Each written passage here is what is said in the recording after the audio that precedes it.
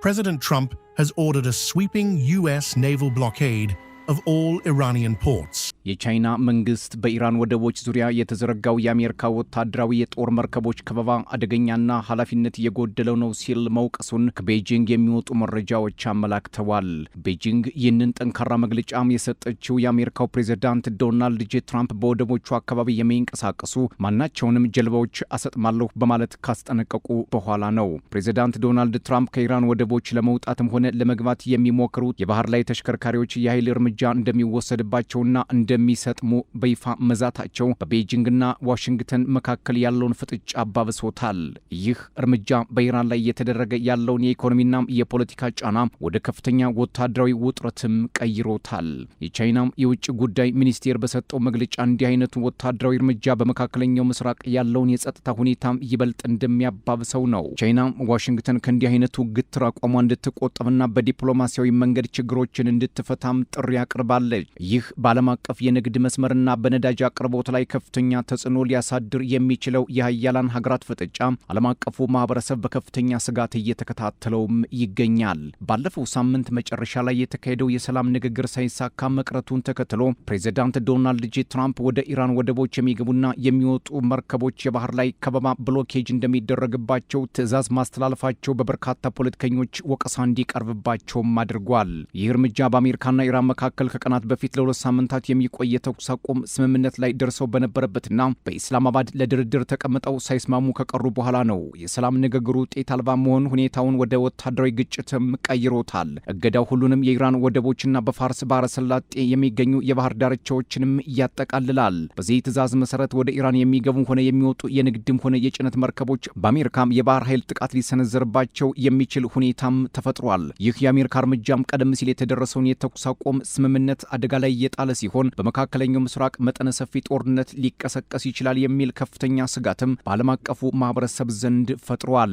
የቻይና የውጭ ጉዳይ ሚኒስቴር ቃል አቀባይ ጎ ጂያኩን በሰጡት ጋዜጣዊ መግለጫ አሜሪካ በኢራን ላይ የወሰደችው ወታደራዊ እርምጃ በቀጠናው ላይ ከባድ መዘዝ ያስከትላል ሲሉም አስጠንቅቀዋል። ቃል አቀባዩ እንደገለጹት አሜሪካም የምታደርገው ተጨማሪ ወታደራዊ እርምጃ በገልፍ ሀገራት የተቀሰቀሰውን ውጥረት ይበልጥ እንዲባባስም ያደርገዋል። በሀገራቱ መካከል ተደርሶ የነበረውንና በአሁኑ ወቅት ተሰባሪ ተብሎ የተገለጸውን የተኩስ አቁም ስምምነት አደጋ ላይ የሚጥልም ይሆናል። በተለይም በዓለም አቀፍ የነዳጅ ንግድ ቁልፍ ቦታ በሆነው በሆርሙዝ ሰርጥ ላይ የሚታየውን የመተላለፊያ ደህንነት አሜሪካም ይበልጥ ስጋት ውስጥ እየከተተችው መሆኑም በርካታ ፖለቲከኞች እየተናገሩ ነው። ቃል አቀባዩ ጎ ጂያኩን አክለውም እንዲህ አይነቱ ወታደራዊ እርምጃም ለዓለም አቀፍ ደህንነት የማይበጅናም ኃላፊነት የጎደለው ተግባር መሆኑን በድጋሚም አረጋግጠዋል።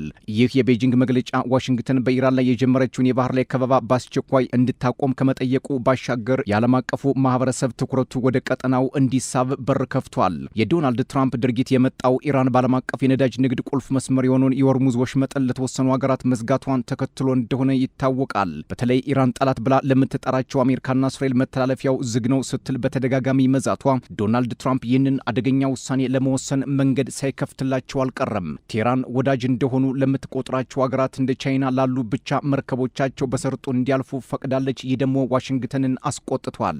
ይህ እርምጃ አሜሪካ በኢራን ወደቦች ላይ ለጣለችው ወታደራዊ ከበባም የተሰጠ አጸፋዊ ምላሽ መሆኑም ተመላክቷል። የአሜሪካም የባህር ኃይል ከበባና የኢራን በከፊል ሰርጡን መዝጋት በመካከለኛው ምስራቅ ያለውን ውጥረት ወደማይመለስ ደረጃም ሊያደርሰው እንደሚችልም ከወዲሁ ተሰግቷል። ቻይና ይህ በሀያላን ሀገራት መካከል እየተካሄደ ያለው ግብግብ ዓለም አቀፍ የንግድ መርከቦችን ደህንነት አደጋ ላይ እንደሚጥል ስጋቷን ደጋግማ ትገልጻለች።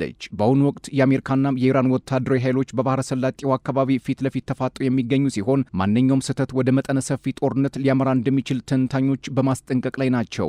የፕሬዝዳንት ዶናልድ ትራምፕ አስተዳደር በኢራን ላይ የጣለው የባህር ኃይል ከበባ ሁለት ዋና ዋና ግቦችን ያነገበ መሆኑን የፖለቲካ ተንታኞች ይናገራሉ።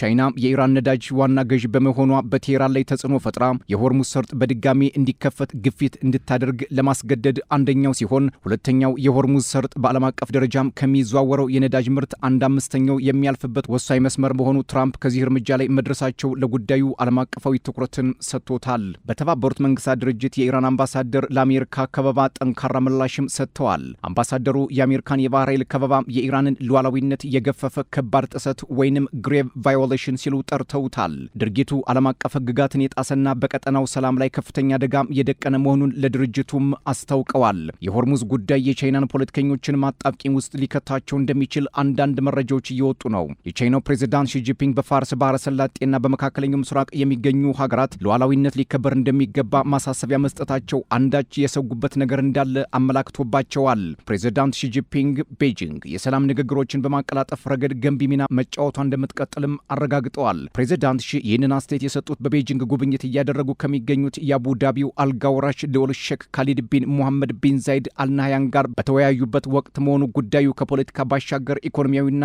ጂኦፖለቲካዊ ጥቅም ከማስከበር አኳያ መሆኑን የቀጠናው ተንታኞች ይናገራሉ።